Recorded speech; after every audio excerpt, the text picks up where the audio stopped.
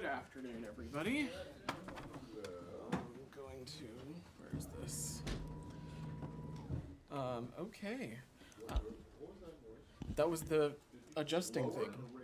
What do you think? I lowered it, of course. I am not of Matt Miller height. So, with that, I don't have anything off the top. So, Matt, if you want to kick us off. I don't have anything directly, well, specifically directly related to the U.S., but I wanted to ask you about what your thoughts, the administration's thoughts, are about the apparent escalation in this India-China, India-Canada dispute. So, Matt, I don't really have anything new to sort of offer on this that both Matt and the Secretary haven't spoke to already, I would say, in the number of times that has come up before the press in the past week or so. I would just reiterate again, we are and continue to be deeply concerned about the allegations referenced by Prime Minister Trudeau, and we remain in regular contact with our Canadian partners, and it's critical that Canada's investigation proceed and the perpetrators be brought to justice. We also have, as we've previously said, publicly and privately urged the Indian government to cooperate in the Canadian investigation and cooperate in those efforts. Yeah, but are you not concerned that if Canada reciprocates in terms of mass expulsion of Indian diplomats from Canada, that this will trigger a, kind of an avalanche type effect? So and that could, impact your Indo-Pacific strategy. I've seen the reports on the diplomatic staffing levels for the Canadian High Commission in New Delhi, but I don't have anything further to offer on those reports, and certainly don't want to get into hypotheticals and take this process one step at a time. As it relates to our Indo-Pacific strategy and the focus that we continue to place on the region, that effort and that line of work is going to continue. And of course, with India, we are partners with them in the Quad and in many other fora, and we continue to work with them and other countries in the region on a number of important issues. But as I said at the top of this, we take these allegations very seriously, and we continue to not just work closely with our Canadian partners, but have, as I said, publicly and privately urged the Indian government to cooperate with Canada also. Simon, go ahead. Slightly different India topic. There was a raid on the offices of a news outlet called NewsClick, and some of the journalists for that outlet had their homes raided, I believe, as well. So, on one hand, there's been some outcry about, from press organizations in India saying this is an infringement on the free press. So I'm interested in your response to that. But separately, relatedly, there is also an allegation related to this that this news outlet was part of a Chinese influence operation that's funded through a network, according to the New York Times, of an American businessman. So I guess on those two separate points, do you want to respond to? Do you have any comment on these raids? And do you have any information on the potential Chinese influence operation that might be connected to this? Let me take your second question first. So we are aware of those concerns and have seen that reporting about this outlet's ties to the PRC, but we can't comment yet on the veracity of those claims. Separately, of course, though, the U.S. government strongly supports the robust role of the media globally, including social media, in a vibrant and free democracy, and we raise concerns on these matters with the Indian government, with countries around the world through our diplomatic engagements that are, of course, at the core of our bilateral relationship. And we have urged the Indian government, and have done so not just with India, but other countries as well, about the importance of respecting the human rights of journalists, including freedom of expression, both online and offline. I don't have additional information, Simon, though, about this particular circumstance or any of the underlying issues that may or may not be related to this outlet, however. Thank you. Let's stay on an India theme. For Sure. Maldives. Yeah. I know there was a statement, I believe, over the weekend on the election congratulating the winner. But the president-elect of Maldives has spoken today about removing Indian forces from there. He's widely perceived as being there's more of a tilt toward Beijing. Does the U.S. have anything to say about this? I don't. This is a matter between the Maldives and India, of course. What I will just say, broadly, is what we have.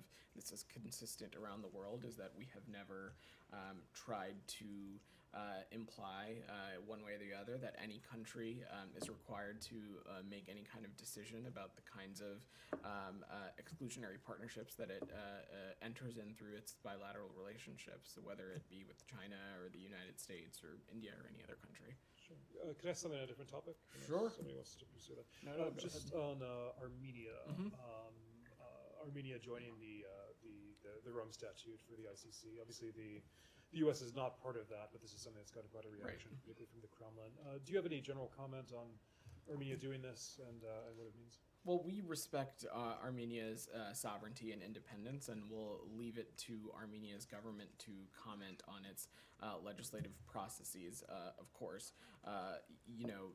We respect the right of every country to join the ICC and have been encouraged by many states, including Armenia, that have undertaken commitments to promote justice, accountability for genocide, war crimes, and crimes against humanity. Sure, go ahead, Alex. Thanks a lot. Welcome back to the Thanks. volume. Same topic. We have seen increasing rhetoric coming out of Russia, threatening Armenia for that very step that it has taken. Will the United States step up and defend Armenia against potential Russian aggression, whether directly through its army or through its proxy forces, like there are reports about Wagner being present? That is quite the hypothetical, Alex, that I don't want to get into. What I will say, though, is that the United States is going to continue to play a role in engaging with Azerbaijani and Armenian leadership at the highest levels to pursue a dignified and durable peace. And you've also seen us over the course of this past week and beyond reiterate our call for a longer-term, independent, international monitoring mission in Nagorno-Karabakh to provide transparency and reassurances that the rights and securities of ethnic Armenians will be protected, particularly for those who may wish to return and for the protection of cultural heritage sites, which all, of course, is in line with Azerbaijan's public statements and their international obligations as well. On that line, let me ask you about Russian presence in Karabakh. Last week, Matt told us that you guys didn't find it helpful, during the events happened, previous week. The question is, do you subscribe to concerns that Russian army, particularly after Armenia's population have left the region, is there for not maintaining the peace in Karabakh, but to keep the peace of Karabakh? To keep the what? The peace of Karabakh, not for peace. Interesting wordplay there, Alex. Again, I just don't want to speculate. I again would echo what Matt said. Of course, that that kind of presence continues to be concerning, but the United States is going to continue to remain focused on engaging with Azerbaijani and Armenian leadership on this, and doing whatever we can to continue to have a dignified and durable peace on this. Thank you. I have on Georgia. If you come back to me. I'll come back to you, Andrew. Go ahead. Yeah. According to the UN spokesperson yesterday, the UN team visiting Karabakh did not see any damage to civilian infrastructure such as hospitals, schools, and housing, or to cultural and religious sites. Do you have any comment on that?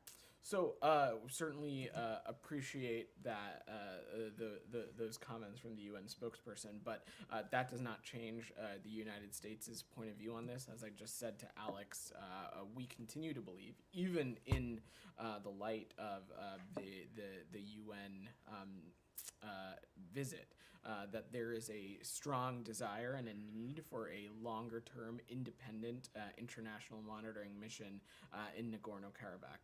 We think that that will provide transparency. We think that it will provide the appropriate reassurances for the various rights and securities that we continue to be deeply concerned about. Can I have a quick one on Serbia? Sure, go ahead.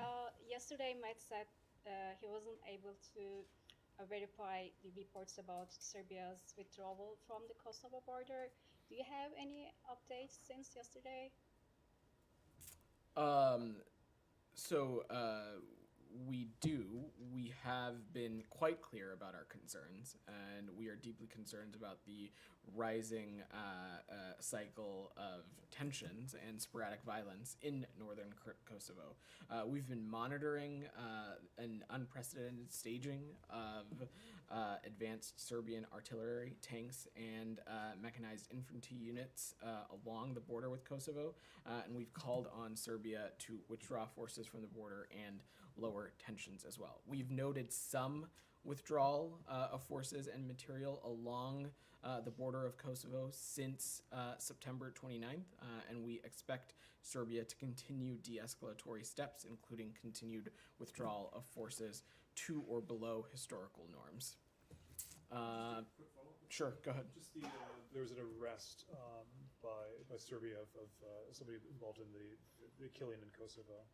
Of a Kosovo police officer in September that was one of the triggers of this tension. Do you have anything more specifically to say about that?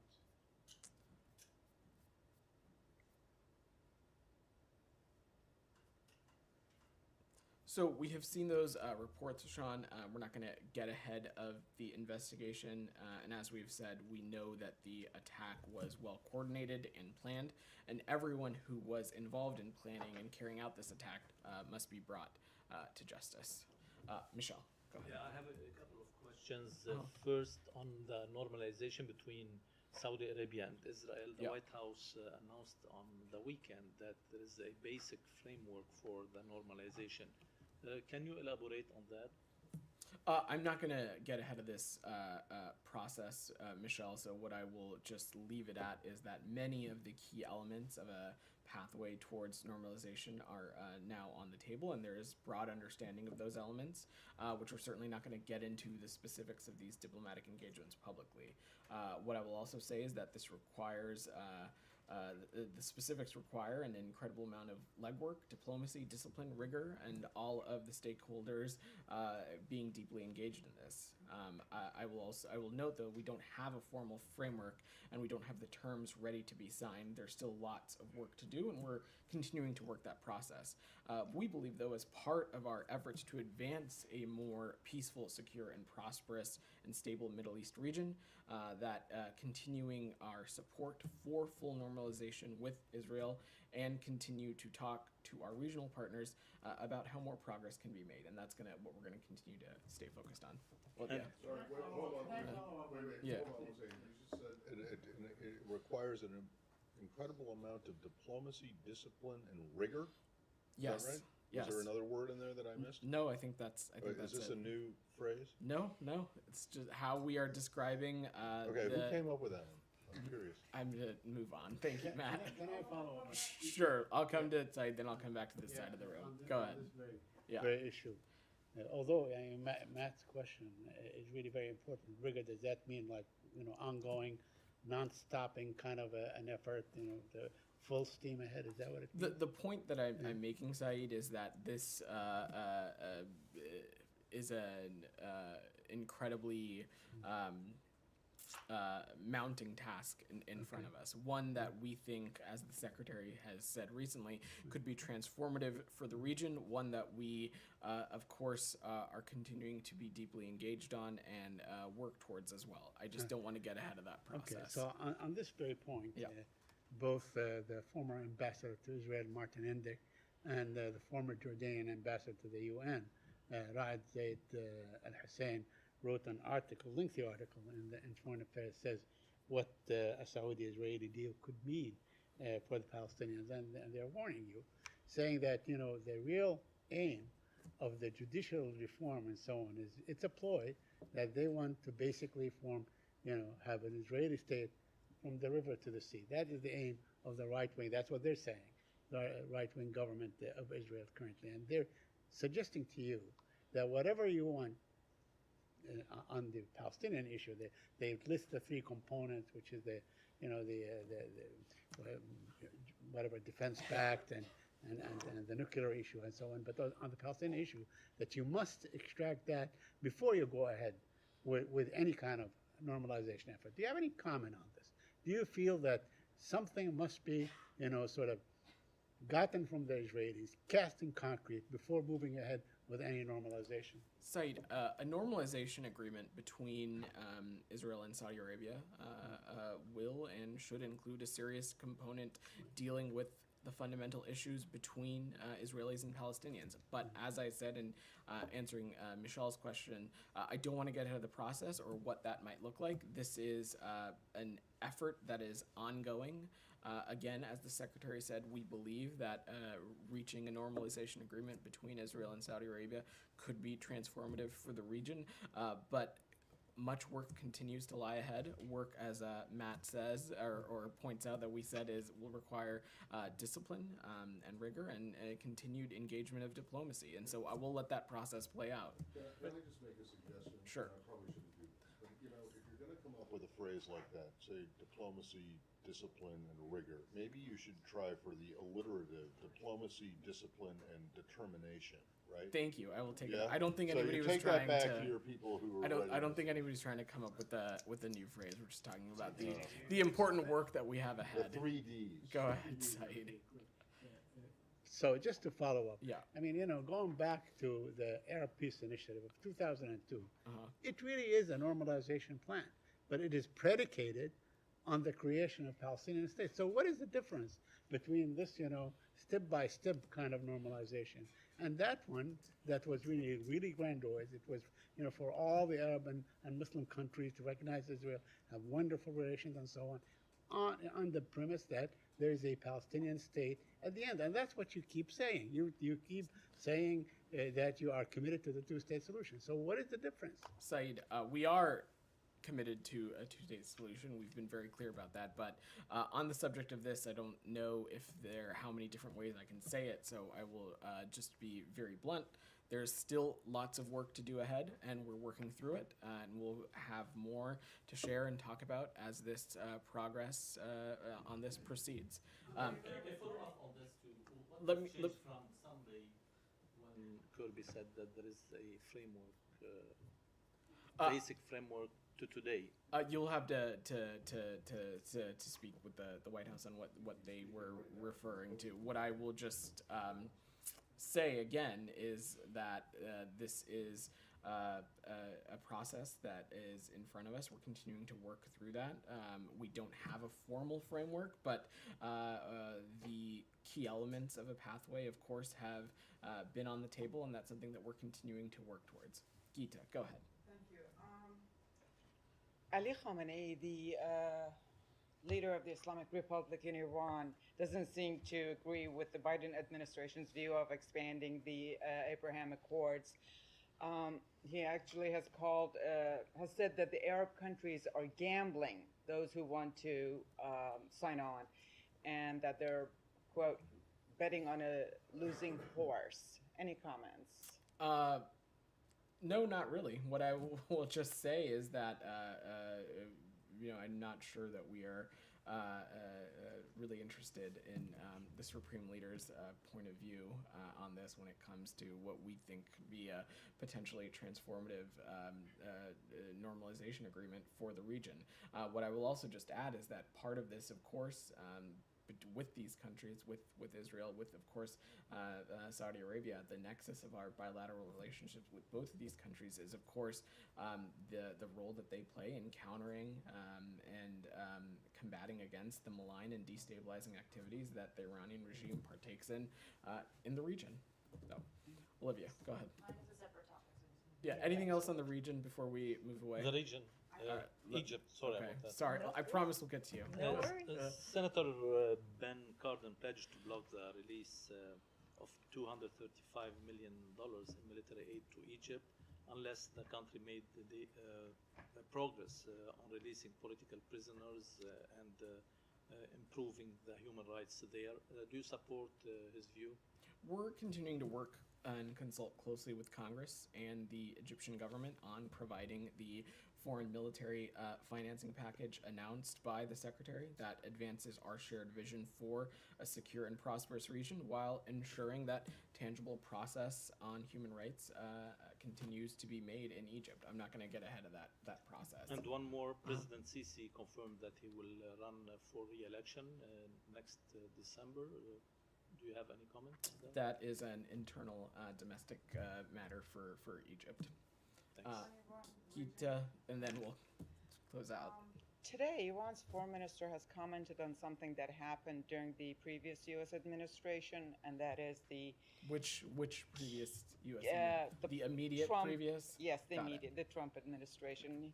He was talking about the killing of Qasem Soleimani, and that after that, the U.S., the White House, communicated with them on a number of occasions, telling them, don't retaliate, we'll lift some sanctions on you, or that let us tell you how to retaliate. And then eventually when Iran did attack the Ain al-Assad base in Iraq, the White House communicated with them again and told them that, all right, that's enough, stop it. So does this administration have any comments, any insight into that? Does this administration have any comment on something that the former administration did as it relates to their Do you think engagements the with Iranian Iran? foreign minister now, at this point in time, talking about that, what does that tell you? What do you think? I try not to get in the minds of foreign interlocutors, and certainly not in that country in particular is probably one that I would avoid as well. So I really don't have anything to offer on that. Okay, just one last one. Last one, Geeta. We Yes, gotta work yes, through. I promise. Yeah. They also unveiled a new type of drone today, and they're talking about electronic warfare. Do you see that as electronic warfare as a possibility with Iran boosting its capability, not only in case there is any interaction with the U.S., but also with regards to export of its goods to Russia and other countries? Of course, I think the use of Iranian military equipment, whatever it may be, I certainly don't want to get into the technical specifics, but the use of any of it, of course, poses a risk of it continuing to play a bigger role in the already existing malign and destabilizing activities that the Iranian regime already partakes in. We spent so much of this past year and the year before talking about the deepening security partnership between the Iranian regime and the Russian Federation. And so, of course, any kind of new potential system, of course, poses the potential risk to make worse these already deeply violent and destabilizing activities that we know the Iranian regime is going to partake in. What the U.S. is going to do is we'll continue to use the tools at our disposal to hold the Iranian regime accountable, and we'll do so in close conjunction with our allies and partners, both through the EU and the E3 and the other relevant multilateral organizations that we engage with so closely to hold the Iranian regime accountable. Olivia, go ahead. Thank you, Vedant. The readout of the Secretary's call with his Swedish counterpart today noted that the two discussed final preparations for Sweden's accession to NATO. I'm just wondering what the expectation here is for the timing of that accession, given that the Turkish parliament has delayed that vote, apparently. So I have been doing this long enough to know to not assign too finite timelines on anything. What I will just say, and we have been clear about this, going back to even before the NATO summit in Vilnius earlier this summer, we believe that Sweden is ready to formally ascend to NATO. We believe that they have met the conditions that they have been in discussions with our Turkish partners as well. So again, we're just going to continue to engage deeply on this and let this process play out. I don't want to assign a timeline to this. Okay, where do the discussions on the F-16s to Turkey stand? As we have been very clear about before, that's an issue before Congress, and so I'm just not going to get ahead of that process. So no update on that one? I have no updates for you. All right, go ahead.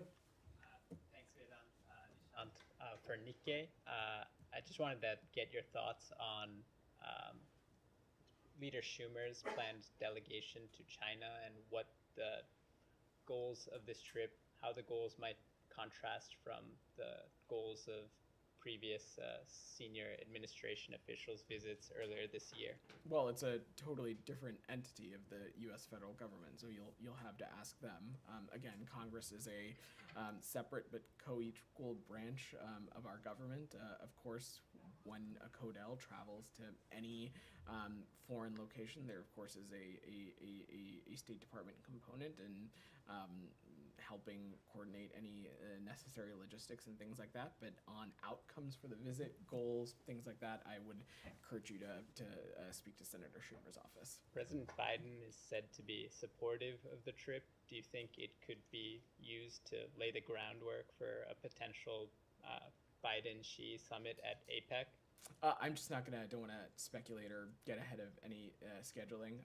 And again, this is something that the senator's office can speak more to. Thank you. Shannon Sub, go ahead.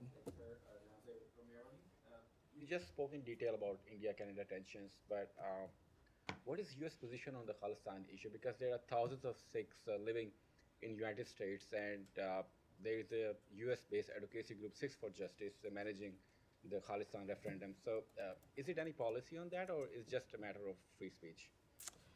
So we're not going to comment on the unofficial referendum.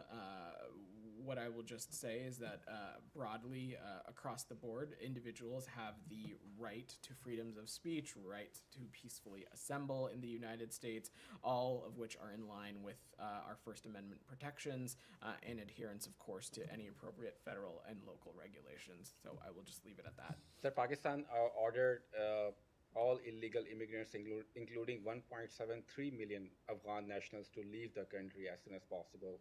Pakistani officials say that 14 of 24 suicide bombings in the country this year were carried out by Afghan nationals. Are you concerned that the huge number of Afghan nationals is being...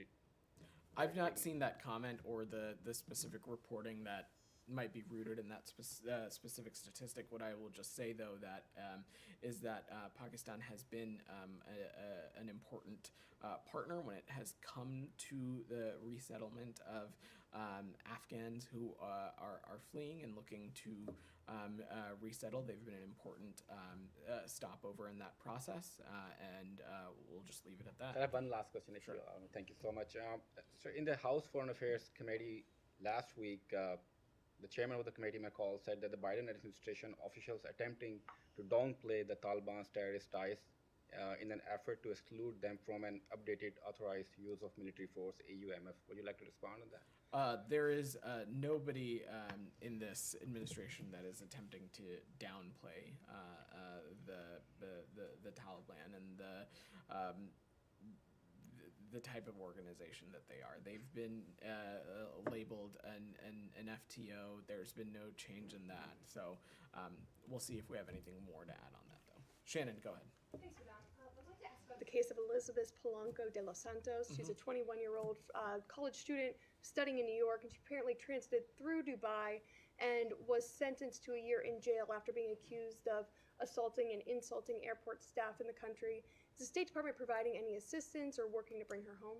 So we are aware of the sentencing of this U.S. citizen in Dubai, and we take seriously our commitment to assist U.S. citizens abroad and are providing all appropriate consular assistance. The department is in communication with her and her family, and we're going to continue to monitor her case and be involved. One follow-up, some independent groups are calling for the State Department to issue increased warnings for American travelers who might want to visit the UAE. because of detentions like this one and some other high-profile cases.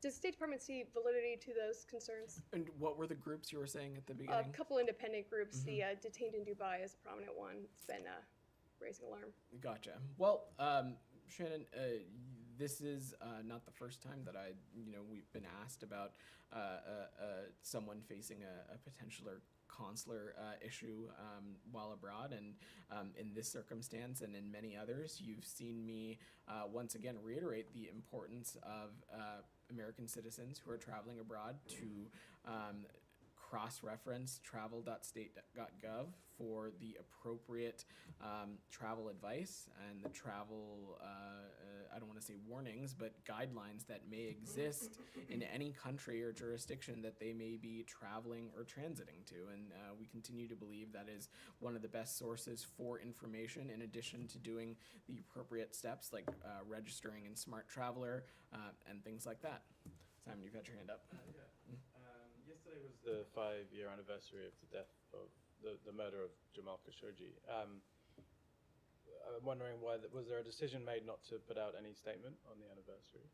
I don't have a specific reason that I'm aware of. We of course have talked about Jamal's murder quite regularly from this podium and even beyond. One of the first things that Secretary Blinken did once he was confirmed was come down to this very briefing room and talk about the report in which it at great length went into the details around Jamal's murder. It is something also we have continued to raise directly with Saudi Arabia. The Secretary and the President spoke about this quite clearly on their travel to the region together last summer. And of course, the protection of journalists and the respect for the First Amendment and respecting the human rights of journalists is something that we continue to raise directly with countries around the world. So his case is something that still comes up in every I'm certainly not going to get into the specifics of diplomatic engagements. What I will just say is that it's something that we have raised. But for the 3-year anniversary, the department did put out a statement. So obviously, what has changed in the last 2 years about the importance of this case? I certainly don't want to imply that there has been any change in the importance of his case. The department puts out statements on a lot of things. We also don't put out statements on a lot of things that are also important.